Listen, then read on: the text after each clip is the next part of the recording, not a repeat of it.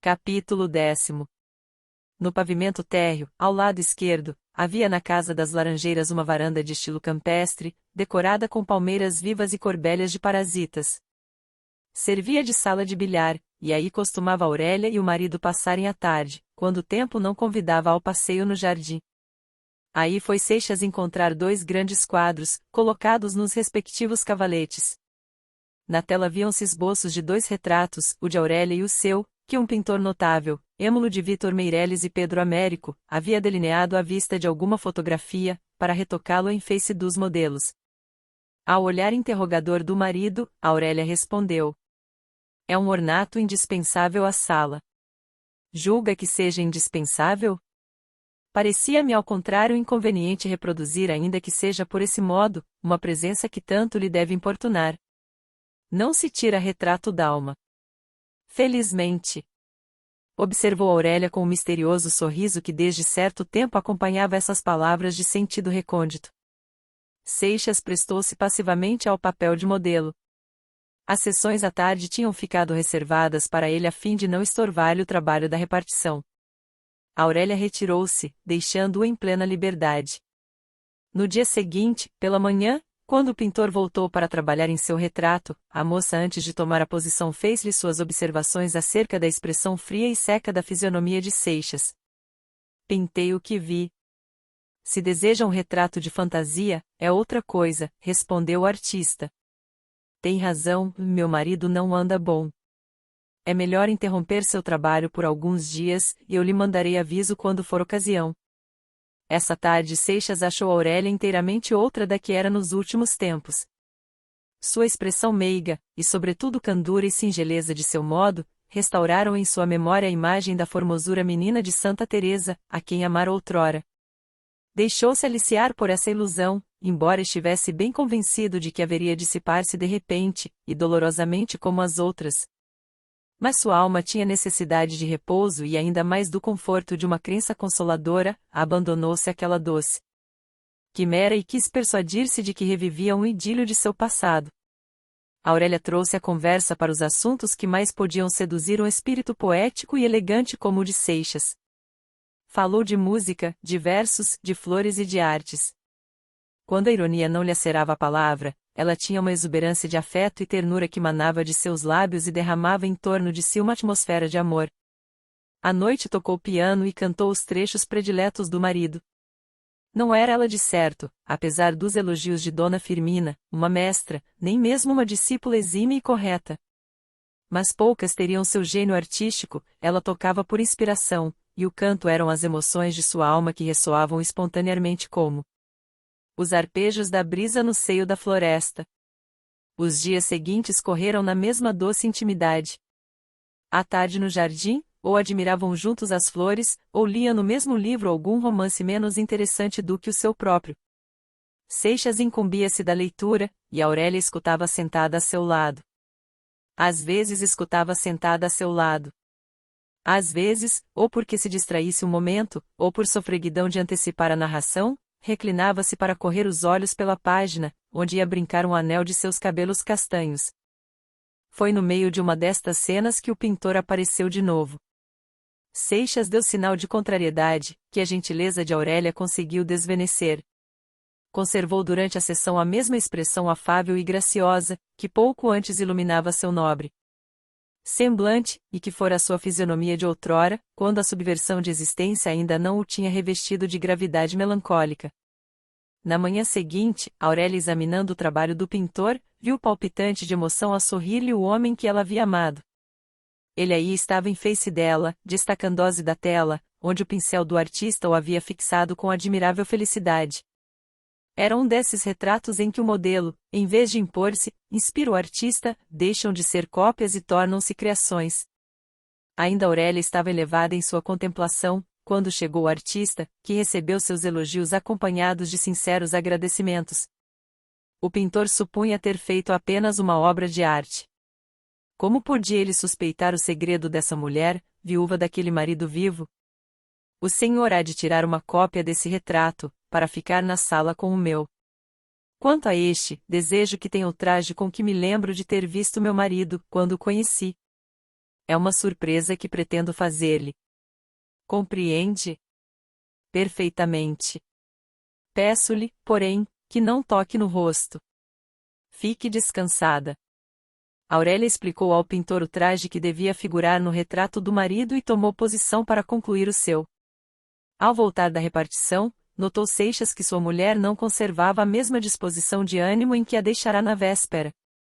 Não tornou a primitiva irritação, mas foi a pouco e pouco retraindo-se, e acabou por isolar-se de todo. Passava os dias encerrada em seu toucador. Quando aparecia, era sempre distraída e tinha o aspecto dessas pessoas que se habituam a viver no mundo da fantasia, e que, sentindo-se como aturdidas quando descem à realidade, refugiam-se em suas quimeras. A casa das Laranjeiras tornará-se uma verdadeira solidão, habitada por 2 cenobitas, que não se viam, nem tratavam, a não ser na hora de jantar. Ao levantarem-se da mesa, Aurélia escondia-se no fundo de algum espesso caramanchão, de onde seguia de longe com os olhos o vulto do marido, que passeava pelo jardim. À noite cada um tomava seu livro, Seixas lia, Aurélia aproveitava esses instantes de liberdade para tornar aos seus pensamentos, e aos suaves devaneios que abandonava ao sair do toucador. Dona Firmina a princípio estranhara os modos de Aurélia, mas era uma senhora de muito juízo, e bastante prática da vida. Atinou logo com a causa dessa alteração, e aproveitou a primeira oportunidade para dar mostra da sua perspicácia. Não acha Aurélia tão diferente do que era, senhor Seixas? Fernando olhou surpreendido pela pergunta, volveu os olhos para a mulher, cujo pálido semblante iluminado nesse momento por um reflexo do sol no ocaso, tinha a diáfana aparência da cera. Algum incômodo passageiro. Precisa sair da cidade, passar algum tempo fora, na Tijuca ou em Petrópolis. Não tenho moléstia, respondeu Aurélia com indiferença. Moléstia não tem, Aurélia, mas é coisa que se parece, tornou a viúva. E os passeios no campo são excelentes para essas melancolias e desmaios que você está sofrendo. Engana-se, não sofro de coisa alguma. Ora, não disfarce. Quem não vê que aí anda a volta de que? Insistiu Aurélia completamente alheia à intenção da viúva. De um nenê. Soltou a moça uma gargalhada, mas tão descompassada e ríspida que Dona Firmina mais confirmou-se em sua convicção. Fernando ergueu-se a pretexto de regar os tabuleiros de violetas de Parma, que rodeavam os pedestais das estátuas de bronze. Decorreram meses.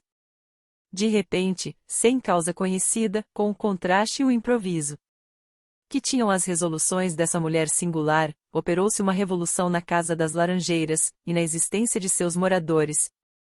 Saiu Aurélia do isolamento a que se condenara durante tanto tempo, mas para lançar-se no outro extremo. Mostrava pelos divertimentos uma sofreguidão que nunca tivera, nem mesmo em solteira. Entrou a frequentar de novo a sociedade, mas com furor e sem repouso.